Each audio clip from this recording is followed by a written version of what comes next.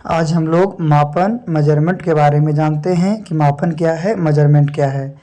तो किसी पदार्थ, वस्तु, व्यक्ति अथवा क्षेत्र से संबंधित विभिन्न भौतिक राशि, फिजिकल क्वांटिटी, जिसको बोलते हैं भौतिक राशि को इंग्लिश में बोलते हैं फिजिकल क्वांटिटी, जैसे लंबाई हो गया, आयतन हो गया, क्षेत्रफल हो गया, समय हो गया, द्रव्यमान हो गया इत्यादि का जो मानक होता है स्टैंडर्ड मात्रक की तुलना में शुद्ध संख्यात्मक मान को प्रदर्शित करता है। शुद्ध जो संख्यात्मक मान होता है उसको वो दिखाता है, प्रदर्शित करता है, उसी को मापन कहते हैं। जैसे उदाहरण के लिए सब्जी के भार को किलोग्राम में, सब्जी के भार को किसमें, किलोग्राम में, दूध की मात्रा को लीटर में, कपड़े की मीटर लंबाई को मीटर में, ये सब मापते हैं। तो ये सब इसका क्या हो जाएगा, मापन हो जाएगा। यानी सब्जी का मापन किलोग्राम हो गया, यानी कि भार का किलोग्राम, जो आपका मात्रा था मात्रा में लीटर हो गया, है ना। फिर आपका लंबाई था, लंबाई में मीटर हो गया। तो इस तरह से हम लोग मापते हैं। चलिए आगे मापन या मात्रक की पद्धति के बारे में जानते हैं कि मापन या मात्रक की क्या पद्धति है। तो मापन या मात्रक की पद्धति क्या है, तो भौतिक राशि में, किसमें, भौतिक राशि के मापन जो होता है उसमें जो पद्धति है मात्रक की, उसे चार पद्धतियों में बांट दिया गया। चार को जो पद्धतियाँ प्रचलित है, जो पहला CGS है, CGS पद्धति, दूसरा है FPS पद्धति, तीसरा है MKS पद्धति और चौथा है SI पद्धति, है ना। तो CGS पद्धति क्या है, CGS पद्धति के बारे में जानते हैं। CGS पद्धति क्या है, तो CGS पद्धति कहने का मतलब है सेंटीमीटर ग्राम सेकेंड सिस्टम। क्या, सेंटीमीटर ग्राम सेकेंड सिस्टम। इस मापन में लंबाई को सेंटीमीटर में मापते हैं, द्रव्यमान को ग्राम में मापते हैं तथा समय को सेकंड में मापा जाता है। जो CGS पद्धति है उसमें लंबाई को सेंटीमीटर में, द्रव्यमान को ग्राम में और समय को सेकंड में मापा जाता है। और इस मापन पद्धति को फ्रांसीसी प्रणाली या मीट्रिक प्रणाली के नाम से जानते हैं। पूछता है क्वेश्चन कि CGS पद्धति को किस नाम से, तो मीट्रिक प्रणाली या फ्रांसीसी प्रणाली के नाम से जानते हैं। किसको, CGS सिस्टम को, है ना। CGS में लंबाई को सेंटीमीटर, द्रव्यमान को ग्राम और समय को सेकंड, नाम से C, तो C से सेंटीमीटर, लंबाई सेंटीमीटर में हो गया, G से ग्राम हो गया, द्रव्यमान ग्राम में हो गया और समय सेकंड यानी S से हो गया, है ना। तो इस तरह से चलिए आगे हम लोग चलते हैं FPS पद्धति की ओर। FPS क्या पद्धति है ना। FPS पद्धति जो दूसरा पद्धति इसका है, तो FPS पद्धति कहने का मतलब है foot pound second system. F से फुट, P से पाउंड, S से सेकंड। तो FPS पद्धति को फुट पाउंड सेकंड सिस्टम कहा जाता है। और इस मापन में पद्धति में जो है लंबाई को फुट में, यानी F है तो फुट हो गया, द्रव्यमान को P है तो पाउंड हो गया, द्रव्यमान को पाउंड में और समय को सेकंड में, है ना। और इस प्रणाली को ब्रिटिश प्रणाली के नाम से जाना जाता है। ये जो सिस्टम है, ये जो पद्धति है, इस पद्धति को ब्रिटिश प्रणाली के नाम से जानते हैं। किसको, FPS पद्धति को, है ना। किसको, तो FPS पद्धति को। तीसरा है MKS पद्धति। तो MKS कहने का मतलब metre kilogram second system, metre kilogram second system. इस मापन में लंबाई को मीटर में मापते हैं, लंबाई को मीटर में, द्रव्यमान को केजी में और समय को सेकंड में। क्यों, M से आपका मीटर हो गया, K से किलोग्राम हो गया और S से सेकंड हो गया। इंजीनियरिंग एवं औद्योगिक क्षेत्रों में मापन है, तो इंजीनियरिंग है या औद्योगिक क्षेत्र है, ये सब के मापन के लिए हम लोग इसी प्रणाली का उपयोग करते हैं। जैसे कि अगर आता है तो घर बनाना है तो इंजीनियर आएगा तो मीटर का प्रयोग करेगा, है ना। द्रव्यमान में केजी का प्रयोग करता है और समय में सेकंड का प्रयोग किया जाता है। तो ये है आपका फर्स्ट क्या था, CGS, दूसरा FPS और तीसरा MKS।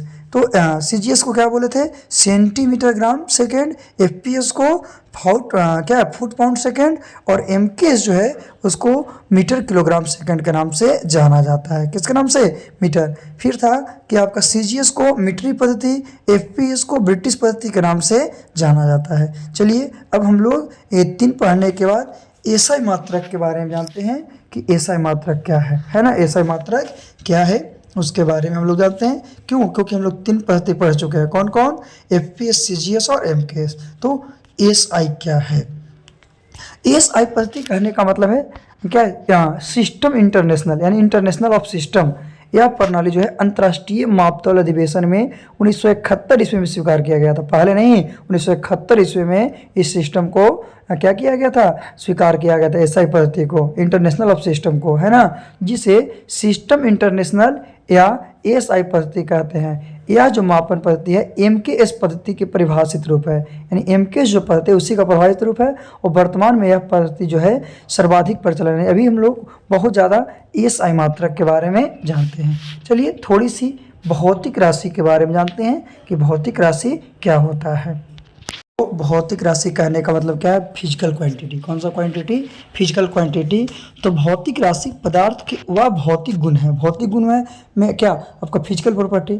तो भौतिक राशि है तो उसमें कौन सा गुण? भौतिक गुण है, फिजिकल प्रॉपर्टी है, जिसका मापन के लिए उपयोग है, जिसका मापन किया जा सकता है, यानी जिसको हम लोग माप सकते हैं, वह उसकी माप को संख्या द्वारा प्रदर्शित कर सकते हैं। किसके द्वारा? न्यूमेरिकल्स वैल्यू के द्वारा हम लोग प्रदर्शित कर सकते हैं। वो सब जो होता है आपका भौतिक राशि कहलाता है, जिसको हम लोग क्या कर सकते हैं? उसकी माप की संख्या को द्वारा, माप को किसके द्वारा?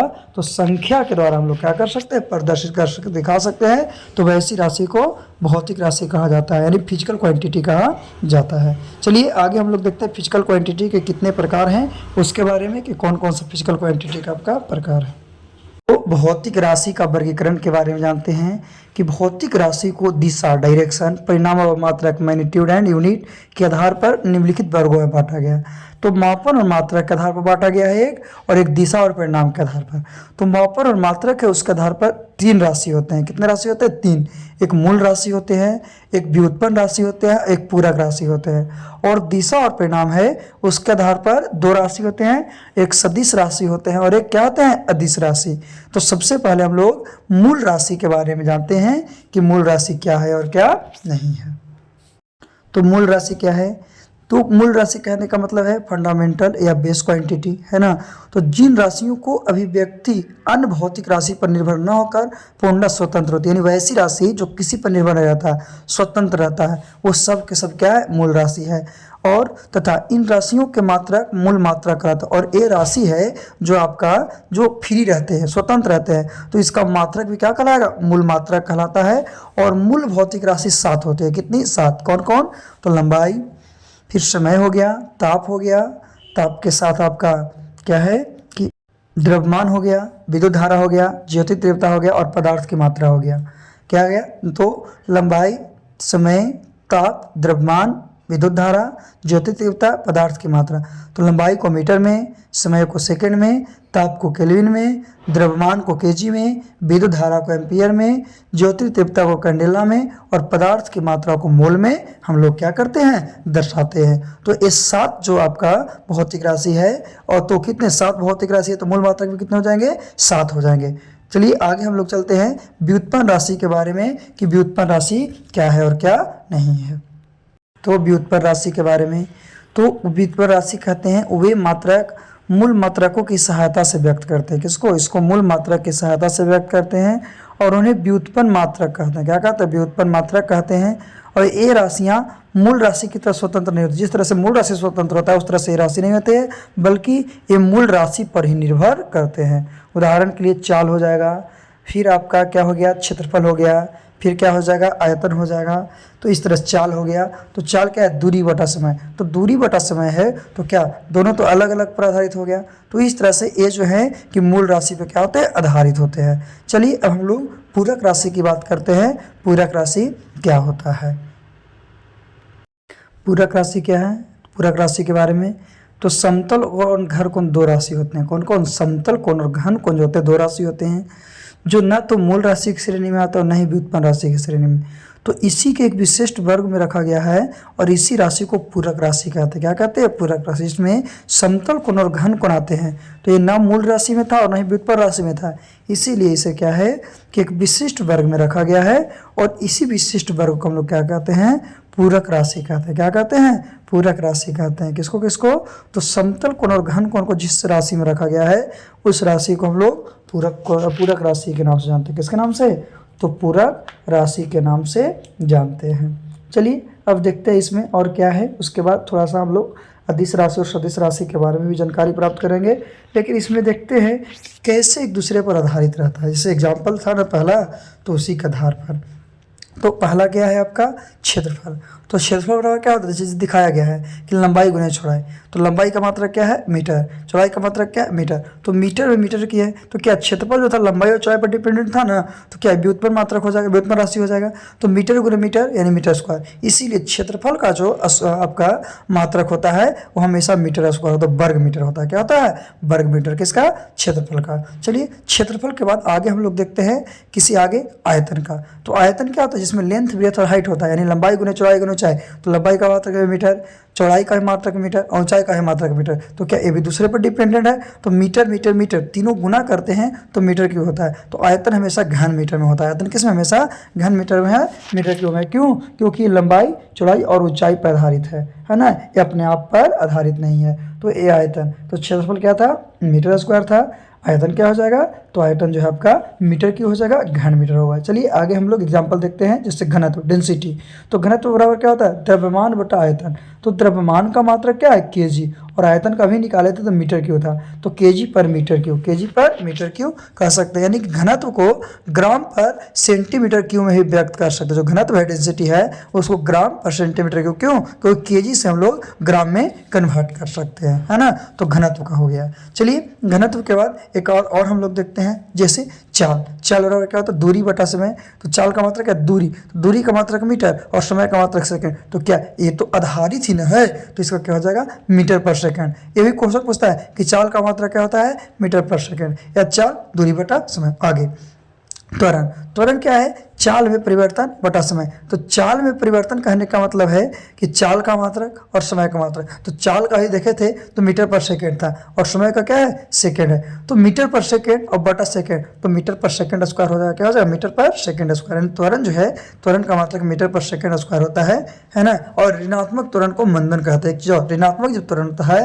त्वरण का मान माइनस में आता है तो वो मंदन होता है ना। आगे हम लोग त्वरण के बाद आगे एक आध एग्जाम्पल और देखते हैं, क्या है कि बल, बल बराबर क्या होता है द्रव्यमान गुने त्वरण, तो द्रव्यमान का मात्रक तो केजी हो गया और त्वरण का मात्रक अभी निकाले थे तो मीटर पर सेकंड हो गया, तो इसका होता है केजी मीटर पर सेकंड स्क्वायर, और 1 केजी मीटर पर सेकंड बराबर क्या होता है 1 न्यूटन होता है, 1 केजी मीटर पर सेकंड स्क्वायर बराबर क्या होता है 1 न्यूटन, है ना। और ये बल के मात्रक है, क्या बल के मात्रक है, तो बल के मात्रों को न्यूटन कहते हैं और इसे हम लोग कैपिटल एन के द्वारा सूचित करते हैं, तो ये भी याद रखना है कि अगर 1 न्यूटन है तो 1 न्यूटन बराबर 1 केजी मीटर पर सेकंड स्क्वायर होगा, है ना। चलिए एक आध और हम लोग देखते हैं बल के बाद कार्य वर्क के बारे में, तो कार्य बराबर क्या है बल गुने दूरी, कार्य बराबर क्या होता है बल गुने दूरी, तो कार्य का मात्रक निकालेंगे तो बल का मात्रक और दूरी का मात्रक, तो बल का मात्रक पीछे पढ़े कि केजी मीटर पर सेकंड स्क्वायर था और दूरी का मात्रक मीटर है, तो क्या होगा गुना, तो केजी मीटर स्क्वायर और पर सेकंड स्क्वायर, और 1 केजी मीटर स्क्वायर पर सेकंड स्क्वायर बराबर 1 जूल होता है, तो इसे जूल कहते हैं, और कार्य का मात्रक जो है उसको जूल कहते हैं, और इसको किसके द्वारा जे के द्वारा सूचित किया जाता है। और ऊर्जा का वही मात्रक होता है जो कि कार्य का, यानी ऊर्जा का जो मात्रक है वो किसका कार्य का, तो कार्य का अगर जूल है तो ऊर्जा का भी क्या होगा आपका जूल ही होगा, ऊर्जा का भी क्या हो जाएगा जूल हो जाएगा, और 1 जूल बराबर केजी मीटर स्क्वायर पर सेकंड स्क्वायर, यानी न्यूटन गुने मीटर, क्या न्यूटन गुने मीटर। चलिए आगे हम लोग चलते हैं इसके बारे में। अगला शक्ति है पावर, शक्ति बराबर क्या होगा कार्य बटा समय, कार्य का मात्रक क्या केजी मीटर स्क्वायर पर सेकंड स्क्वायर और समय का मात्रक सेकंड, तो क्या जूल बटा सेकंड, तो केजी मीटर स्क्वायर पर सेकंड क्यों हो जाएगा ना, तो इसको वाट कहते हैं, और जो शक्ति का मात्रक होता है वाट होता है जिसे डब्ल्यू का द्वारा सूचित करता है, 1 वाट बराबर 1 जूल पर सेकंड होता है। इसी प्रकार किसी भी राशि के मात्रक मूल मात्रक से व्युत्पन्न किया जा सकता है, मूल मात्रक से इसको क्या करते हैं हम लोग प्राप्त करते हैं, जैसा कि इतना ऐसा एग्जाम्पल दिखाएं, इतना सा उदाहरण बताएं, सभी में किसका मूल मात्रक का क्या किया गया इस्तेमाल किया गया। चलिए अब हम लोग आगे देखते हैं समतल कोण और घन कोण के बारे में। तो समतल कोण का मात्रक क्या होता है रेडियन, और घन कोण है तो घन कोण का क्या होता है अस्टेरेडियन। समतल कोण का मान रेडियन और घन कोण का मान अस्टेरेडियन। कोटिमान क्या है, ऑर्डर ऑफ मैग्नीट्यूड क्या है, तो किसी राशि के परिणाम को उसके निकटतम 10 की घात के रूप में लिखा जाता है। किसके घात के रूप में लिखते हैं 10 के घात के रूप में लिखते हैं।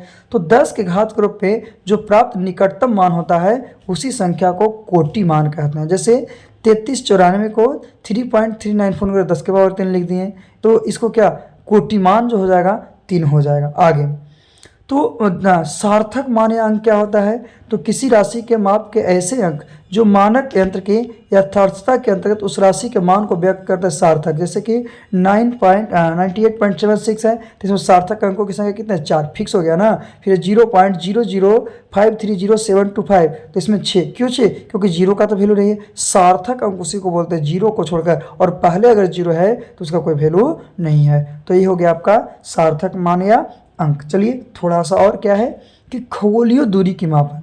तो प्रकाश वर्ष द्वारा निर्वात में एक वर्ष में तय की गई कुल दूरी, एक साल में जितना दूरी तय किया जाता है उसी को प्रकाश वर्ष कहते हैं। और एक प्रकाश वर्ष बराबर 9.467 उन्हें 10 के पावर 15 मीटर होता है। दूसरा है खगोलीय इकाई।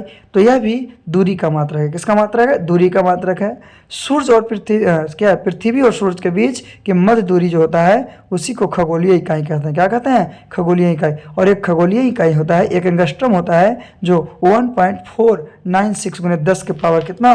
तो 10 के पावर जो होता है, एक मिनट बता रहे हैं, एक AU बराबर कितना? 1.496 गुने 10 के पावर 11 मीटर होता है। जो एक खगोलीय इकाई है, एक खगोलीय जो एस्ट्रोनॉमिकल जो यूनिट होता है उसमें वो होता है। चलिए अब हम लोग पार्सेक के बारे में जानते हैं कि पार्सेक क्या है और क्या नहीं है। पार्सेक कहने का मतलब है यह दूरी मापने की सबसे बड़ी इकाई मानी जाती है। और एक पार्सेक बराबर 3.26 प्रकाश वर्ष होता है। यानी एक पार्सेक है तो 3.26 गुने 10 के पावर 16 मीटर होता है। पीछे बताया गया था कि दाब का ऐसा मात्रक पास्कल होता है और इसे PA के द्वारा सूचित करते हैं, है ना। तो ये था आज का टॉपिक, है ना। अब हम लोग थोड़ा सा और चलते हैं सदिश राशि और अदिश राशि के बारे में कि सदिश राशि क्या है और अदिश राशि क्या है। ये दो राशि बच गया था, तो दोनों के बारे में बताते हैं कि सदिश राशि क्या है और अदिश राशि क्या है। इसी बता देते हैं कि सदिश अदिश क्या है। तो सदिश कहने का मतलब है कि जिसमें दिशा के साथ साथ डायरेक्शन के साथ साथ मैग्नीट्यूड परिणाम होना चाहिए। और अदिश है जिसमें डायरेक्शन नहीं होता, केवल मैग्नीट्यूड होता है ना। तो उसका अदिश राशि कहते हैं, जो कि आपको आगे बताएंगे उसके बारे में डिटेल। तो इतना आज के लिए इतना ही काफ़ी। अगर चलिए, अगर आपको वीडियो अच्छी लगे तो वीडियो को लाइक कर दीजिएगा, कमेंट कर दीजिएगा। और अभी तक चैनल को सब्सक्राइब नहीं किए हैं तो आप चैनल को सब्सक्राइब कर दीजिएगा, ताकि आपको इसी तरह का वीडियो हमेशा मिलते रहे, जो कि आपको हर एग्ज़ाम के लिए क्या है, बहुत ज़रूरी है। और हर एग्ज़ाम में आपको अच्छे तरह से क्या है, मार्क्स उठाते हैं। जैसे पढ़िएगा तब तो नंबर उठेगा, इसलिए आपको पढ़ना ज़रूरी है। चलिए आज के लिए इतना ही काफ़ी है।